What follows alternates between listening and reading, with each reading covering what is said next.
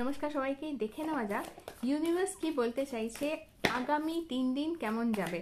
আগামী 3 দিনের জন্য ইউনিভার্সের কি গাইডেন্স আছে দেখা যাক কি আসতে চলেছে আগামী 3 দিন তোমাদের জীবনে। আগামী 3 দিন ইউনিভার্স বলছে নিজের কনফিডেন্সটা বজায় রাখো, যাই হয়ে যাক না কেন নিজের কনফিডেন্সটা কিন্তু হারাবে না। তার মানে এমন পরিস্থিতি আসতে পারে যেখানে তুমি একটু নড়বড় হয়ে যেতে পারো, কনফিডেন্সটা কিন্তু হারানো যাবে না। আর এই 3 দিনের মধ্যে তুমি তোমার প্রাপ্য ফল পেতে চলেছো। তুমি যে এতদিন ধরে কষ্ট করলে তার ফলটা কিন্তু তুমি এই 3 দিনের মধ্যেই পেয়ে যাবে। চলো, কংগ্রাচুলেশনস।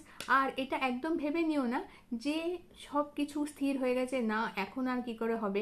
মানে যদি তুমি কোনো কলেজের অ্যাডমিশনের জন্য অ্যাপ্লাই করে থাকো আর সেখানে সবকটা সিট ফিল হয়ে থাকে আর তুমি ভাবে আর তো কোনো উপায় নেই, তাহলে এটা জানবে যে এরকম কোনো জিনিস ফিক্স নেই। হঠাৎ এমন দেখতে পারবে যে ওখানে কেউ অলরেডি সিট নেয়নি বা কেউ চেঞ্জ করেছে, কিন্তু তুমি দেখবে তোমার জন্য দরজাটা খুলে দিতে চলেছে।